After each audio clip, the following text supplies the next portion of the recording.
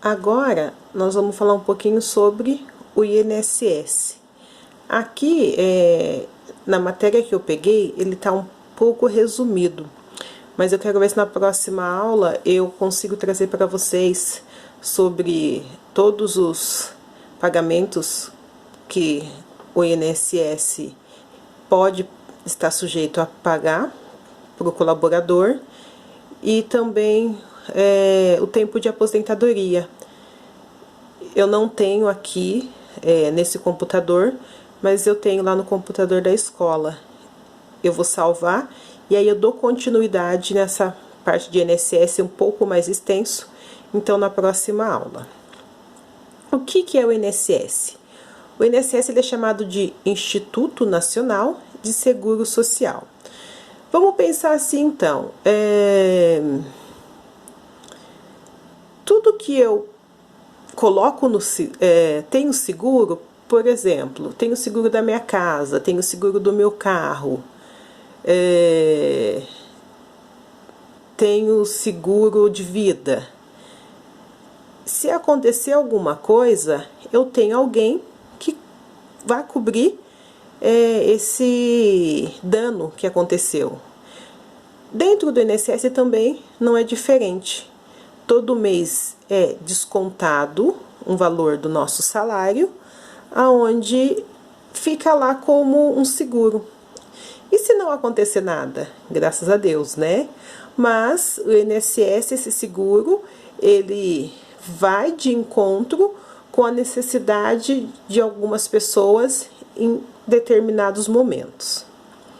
Então fala que ele é uma autarquia do governo federal do Brasil, que recebe as contribuições para a manutenção do regime geral da Previdência Social, sendo responsável pelo pagamento da aposentadoria, pensão por morte, auxílio-doença, auxílio-acidente, entre outros benefícios previstos em lei. Então, vamos lá. Então, fala aqui, o INSS, ele é responsável por pagar alguns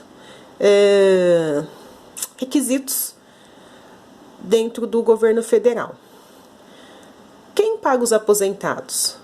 O INSS. Então, vamos imaginar aí quantos aposentados que existem. E da onde que sai esse dinheiro? Do dinheiro que nós, segurados, todo mês é descontado do nosso salário. Uma vez saiu uma pesquisa onde dizia-se que o INSS poderia falir, porque o tanto de dinheiro que estava entrando não estava sendo suficiente para pagar todos esses requisitos que nós vamos falar. Então imagine quantas pessoas trabalham pagando INSS e quantas pessoas estão aposentadas. E não é só os aposentados. Paga também aquelas pessoas que recebem pensão porque o esposo ou a esposa faleceu. Existe aí uma lei que diz que alguns conceitos irão mudar. Como, por exemplo, a aposentadoria ela vai ficar um pouco mais longa. E aí isso eu quero dizer que mulher vai aposentar com 85 anos. E será que nós vamos aguentar chegar até os 85 anos? Então vai começar a reduzir o número de pessoas aposentadas. Pensão por morte também estava uma lei onde dizia-se que você ia ter que... Eu acho que se você é aposentado e seu marido é falecido, você vai ter que decidir entre qual dos dois benefícios que você vai querer receber. Não vai poder ficar com os dois. Também acaba diminuindo mais um valor para a despesa do INSS. Auxílio-doença, quando eu me afasto por uma depressão, eu me afasto por um problema que de repente me ocasionou dentro da empresa. Acidente de trabalho, quando eu sofro, na verdade, um acidente de trabalho, podendo ser indo ou voltando do trabalho, ou dentro do local de trabalho. Aí tem também, né, gente, auxílio maternidade, licença maternidade, auxílio reclusão, que nós vamos ver então a hora que eu tiver mais extenso esse INSS. Parte das contribuições são efetivadas por desconto na folha de pagamento, antes de o funcionário da empresa receber o valor total do seu salário. Mas existe um limite máximo para o desconto do INSS. Então, essas contribuições, elas são já lançadas na folha de pagamento. Não existe, então, a hipótese de que eu recebo, vou lá e dou o dinheiro para o meu patrão do meu INSS. Automaticamente, ele já vem descontado da minha folha de pagamento. Mas aí existe um valor, ele não é igual ao fundo de garantia que nós vimos na aula passada. Na aula passada não, né? No início da aula. 8%, independente de quanto eu ganho. O INSS, não. Ele tem uma tabela. Quanto mais eu ganho, mais se desconta. Quando o empregado tiver com salário, como salário um valor superior ao limite de contribuição, só é admissível descontar do salário um valor estabelecido chamado teto.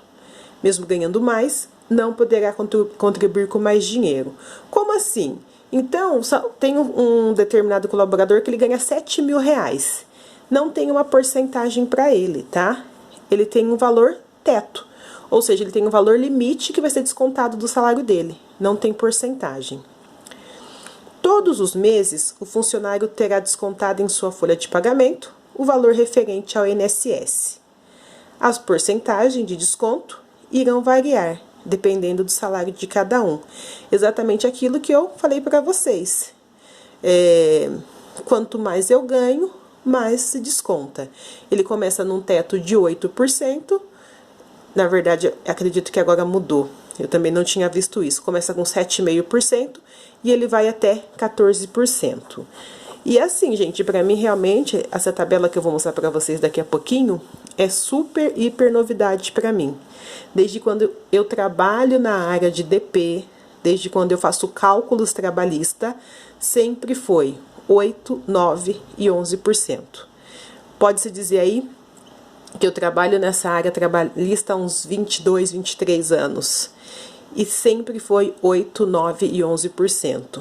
E hoje, olhando no meu guia trabalhista, eu me deparei que mudou a porcentagem. Ela varia de 7,5% a 14%, que nós vamos ver daqui a pouquinho. As leis previdenciárias mudam com uma certa frequência. Por isso é preciso estar atento com relação às possíveis mudanças.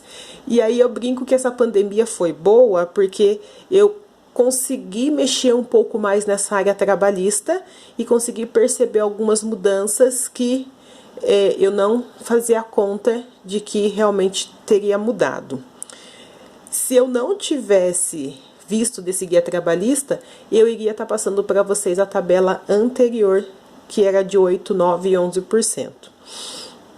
Então, quem quer trabalhar nessa área de DP, ela precisa realmente ficar atento, porque de repente começa-se a descontar valores errados do colaborador. E aí começa a vir os problemas futuros. Como que então ficou essa tabela de INSS? Antigamente a tabela do INSS ela começava em janeiro e ela ia até dezembro. 1º de janeiro já mudava a tabela do INSS. E aí olhando no guia trabalhista, eu vi que essa tabela a tabela anterior, desculpa, ela foi de 1º de janeiro até 29 de fevereiro. E a partir de 1º de março já iniciou essa tabela nova. Então fala que assim, acredito eu que essa tabela ela vai prevalecer até dezembro, ou quem sabe aí mais 23 anos, né? Quem ganha até 1.045, desconta 7,5% do salário. Quem ganha de 1.045 e 1 centavo até 2.089,60 centavos, desconta 9%. Quem ganha de 2.089,61 centavos a 3.134,40, desconta 12%. Quem ganha de 3.134,41 até R$ 6.101,06, desconta 14%. E quem ganha mais do que R$ 6.101,06, o valor teto que eu estava falando no slide anterior é de R$ 713,10. Não existe porcentagem, desconta só esse valor. Só, né, gente?